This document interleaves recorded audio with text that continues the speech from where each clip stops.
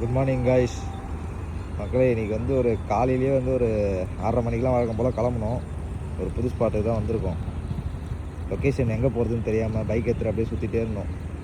வந்து தேடி பார்த்தா இந்த லொக்கேஷனில் மீன் தெரியுதா உங்களுக்கு? கூட்டம் தெரியுதா? நாங்கள் ஏதோ பூச்சின்னு தான் நினச்சோம்.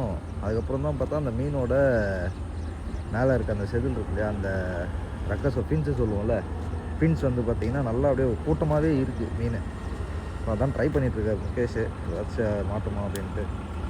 First frock அடிச்சிட்ருக்கோம்.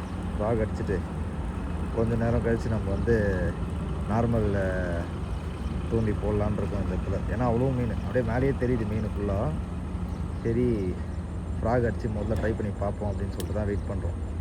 இந்த ஸ்பாட்டில் இந்த பீச் வலை வச்சு போடுவாங்க இல்லையா, அவங்களாம் வந்தாங்கன்னா செம்ம ஸ்பாட்டு. உங்களுக்கு தெரியும் நினைக்கிறேன், மீன் அடிக்குது பார்த்தீங்களா எப்படி பாருங்கள். ஃபுல்லாக வந்து ஃபுல் ஜூம் போகிறேன். மீனோட அந்த ஃபின்ஸ் தெரியுதுங்களா உங்களுக்கு? எல்லாமே மீன் தான். எல்லாம் ஓஜி ஸ்பாட்டாக இருக்கும் போல். இவ்வளோ நேரம் எங்களுக்கு இந்த ஸ்பாட் தெரியல. பைக் எடுத்து சுற்றிட்டு வரும்போது தான் இந்த மாதிரி தெரியுது. பார்ப்போம் இன்றைக்கி எத்தனை மீன் மாட்டுதுன்னு பார்ப்போம்.